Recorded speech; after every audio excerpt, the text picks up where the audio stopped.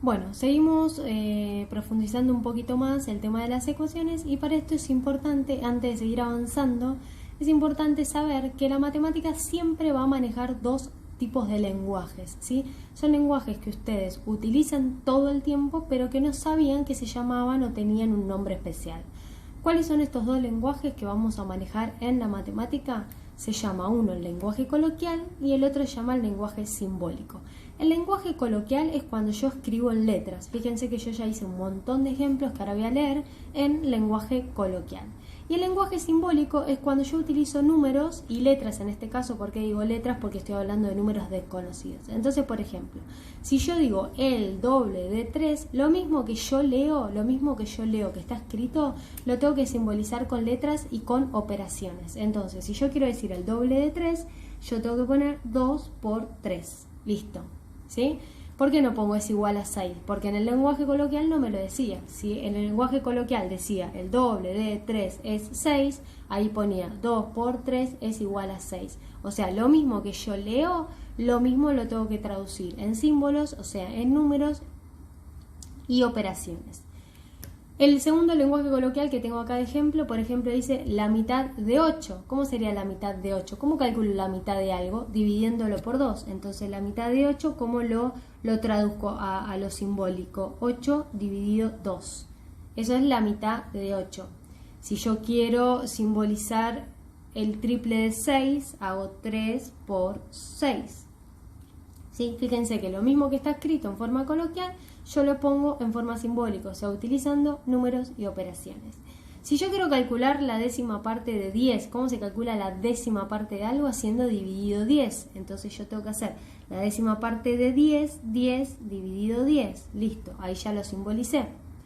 La tercera parte de 15, la tercera parte es dividido 3, tengo que hacer 15 dividido 3.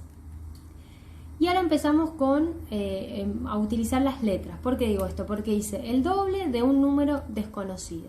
El número desconocido sabemos que lo estamos simbolizando con la letra X. Entonces yo digo el doble de ¿quién? De un número desconocido. Listo. Lo único que quiero hacer es simbolizarlo, nada más. ¿Sí? Utilizar el lenguaje simbólico que quede escrito así, nada más. No quiero resolver nada. Es simplemente este trabajo de si tengo un lenguaje coloquial, poder traducirlo al lenguaje simbólico y viceversa. Lo otro que nos queda dice el triple de un número desconocido. Ese número desconocido lo representamos con la letra X. El triple de un número desconocido. Bien, sigo. Por ejemplo, la mitad de un número desconocido. X dividido 2. La cuarta parte de un número desconocido. ¿Cómo se calcula la cuarta parte? Haciéndolo dividido 4. X dividido 4. Muy bien. Por ejemplo, si yo digo el siguiente de un número. ¿Cómo hago para calcular el siguiente de un número? Si yo le sumo 1, yo obtengo el siguiente. Por ejemplo, el siguiente de 6 es 7, el siguiente de 7 es 8, el siguiente de 8 es 9. O sea, le sumo 1 para tener siempre el siguiente. Ahora, ¿cuál es el siguiente de un número desconocido? Bueno, el número desconocido le sumo 1. No me importa cuál es el número desconocido, pero sé que si le sumo 1 voy a obtener su siguiente. Y si en vez de obtener el siguiente quiero obtener el anterior de un número desconocido, no escribo desconocido si no pierdo mucho tiempo escribiendo. Y el anterior número desconocido, ¿cómo se calcula el anterior de cualquier número? Restándole 1. Por ejemplo, el anterior del 4 es el 3, el anterior del 3 es el 2. El anterior del 2 es el 1, siempre voy restando 1. Entonces, ahora, ¿cuál es el anterior de un número desconocido? Yo no sé cuál es el número, pero yo estoy segura que si le resto 1, obtengo su anterior, ¿sí?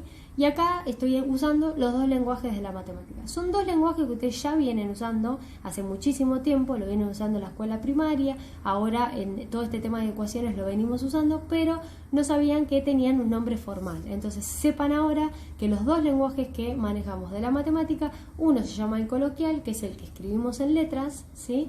Y el otro es el simbólico, que es cuando usamos números, operaciones, y en este caso si hay números desconocidos utilizamos letras.